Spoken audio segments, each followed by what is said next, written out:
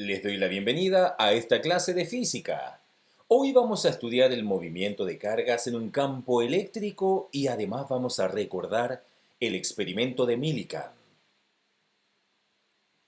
Una carga, al moverse libremente entre dos puntos de un campo eléctrico constante, experimenta una aceleración y un incremento de su energía cinética que equivale al producto de la carga por la diferencia de potencial eléctrico entre esos dos puntos. En el movimiento de partículas cargadas en un campo eléctrico se pueden dar dos situaciones: que las partículas ingresen en forma paralela a las líneas de campo o que lo hagan en forma perpendicular a estas líneas. ¿Qué pasa si ingresa en forma paralela? Veámoslo en la siguiente imagen. Entonces, aquí nos damos cuenta que en un campo eléctrico en que el voltaje de A es mayor que el voltaje de B, una carga positiva inicialmente en reposo se moverá de mayor a menor potencial, mientras que una carga negativa se moverá de menor a mayor potencial. Así, los protones se mueven en la dirección en que disminuye el potencial eléctrico y los electrones lo hacen en la dirección en que el potencial aumenta. Sin embargo, ambas cargas describirán una trayectoria rectilínea con un movimiento uniformemente acelerado paralelo a las líneas del campo. Entonces aquí podemos ver entonces el campo eléctrico que va de izquierda a derecha. Y acá las partículas ingresando en forma paralela a ellas.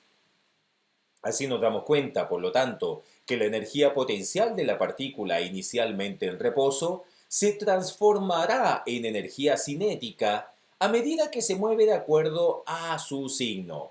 Entonces, cómo se mueve en términos de la energía cinética, nos vamos a dar cuenta que Q, o sea, la carga por el voltaje, va a ser igual a masa por velocidad al cuadrado partido por 2. Recordemos que en alguna oportunidad estudiamos que la energía cinética de una partícula es igual a la masa por la velocidad al cuadrado partido por 2.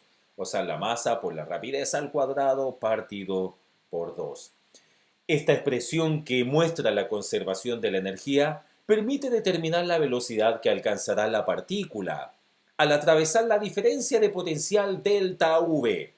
Es común expresar la energía del movimiento de las partículas cargadas que se desplazan en un campo eléctrico mediante la unidad de electrón-volt, o sea, E minúscula, V mayúscula. Recuerden que la unidad electrón-volt se puede escribir de la siguiente manera, como una E minúscula y una V mayúscula en este caso. Un electrón-volt corresponde a la energía que un electrón o un protón adquiere cuando se acelera a través de una diferencia de potencial de un volt, y su equivalencia con el joule es la siguiente, que un electrón-volt, lo voy a anotar acá, es igual a 1,6 por 10 elevado a menos 19 joules. Muy bien, esa es la equivalencia entonces. También tenemos la segunda opción. ¿Se acuerdan que cuando las partículas ingresan en forma perpendicular a las líneas del campo eléctrico? Cuando la velocidad inicial de la partícula es perpendicular a las líneas del campo eléctrico, tal como podemos ver en la pantalla, fíjense que las líneas del campo eléctrico van hacia abajo, según los vectores que podemos observar en esta imagen. Entonces, cuando la velocidad inicial de la partícula es perpendicular a la línea del campo eléctrico, estas describen trayectorias parabólicas, curvándose en el sentido de las líneas de campo si son positivas, tal como vemos esta curva que va hacia abajo, y en sentido contrario si son negativas. Esto ocurre por la acción de una fuerza eléctrica, cuya dirección y sentido depende del signo de la carga en movimiento. Este procedimiento es útil para determinar la carga eléctrica y la masa de muestras radiactivas como la radiación cósmica.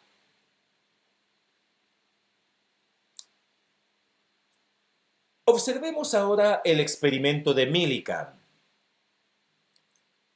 Recordemos que el desarrollo de la física ha sido posible muchas veces mediante sencillos e ingeniosos experimentos como el de la gotita de aceite del físico norteamericano Robert Millikan, quien a principios del siglo XX, o sea, entre los años 1909 y 1913, diseñó un montaje experimental para determinar la carga del electrón.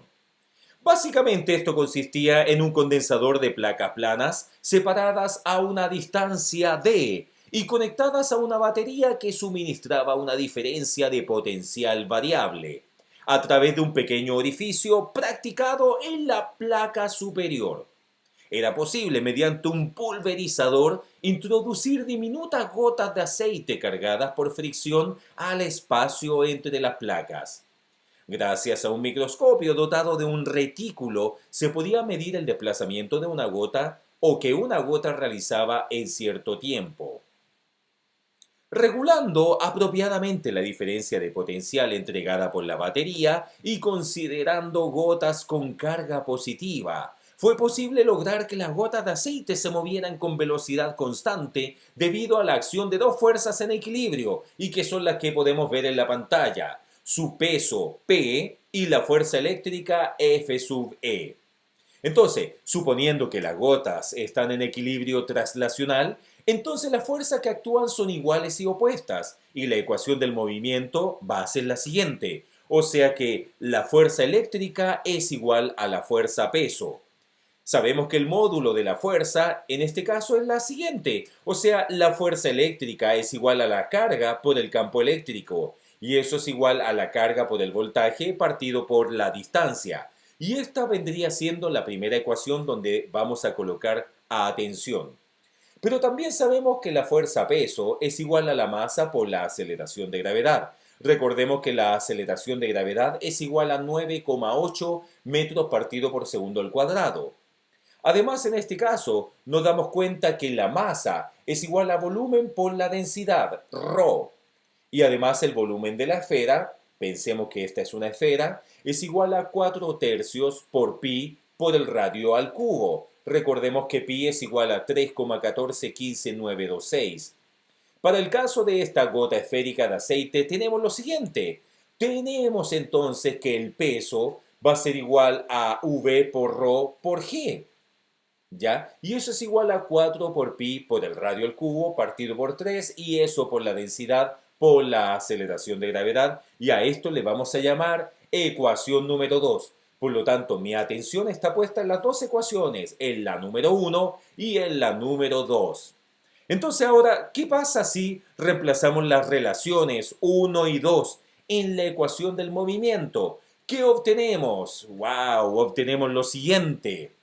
Se obtiene una expresión que permite conocer la carga de cada gota de aceite. O sea que la carga de cada gota de aceite es igual a 4pi partido por 3v por r al cubo por ρ por g y por d. O sea que dicho de otra manera, la carga es igual a 4 por 3,14 partido por 3v por en este caso el radio al cubo por la densidad ρ, por la aceleración de gravedad g y por la distancia entre las placas del condensador d. Aquí podemos ver entonces a grandes rasgos el montaje del experimento de Millikan. Tenemos la gota de aceite en esta cámara, tenemos el atomizador que es el que lanza las gotas de aceite. Esto va conectado a una diferencia de potencial variable y obviamente esto se observa a través de un microscopio para tomar las observaciones respectivas, valga la redundancia. Luego de realizar el cálculo para un número cercano a las 150 gotas y usando técnicas estadísticas adecuadas, Millikan encontró que los valores de la carga eléctrica Q en cada una de ellas eran siempre múltiplos enteros de una carga elemental E, de un valor de 1,6 por 10 elevado a menos 19 coulomb. Este hecho reveló que cualquier carga observable en la naturaleza debía ser un múltiplo entero de la carga elemental, es decir, un n por e en este caso, con un n perteneciente al conjunto de los números enteros. Por lo tanto, la carga del electrón constituía la unidad fundamental de la carga eléctrica. Se concluyó que no era posible encontrar un cuerpo o una partícula en estado libre que tuviese una carga eléctrica equivalente a una fracción de la carga elemental.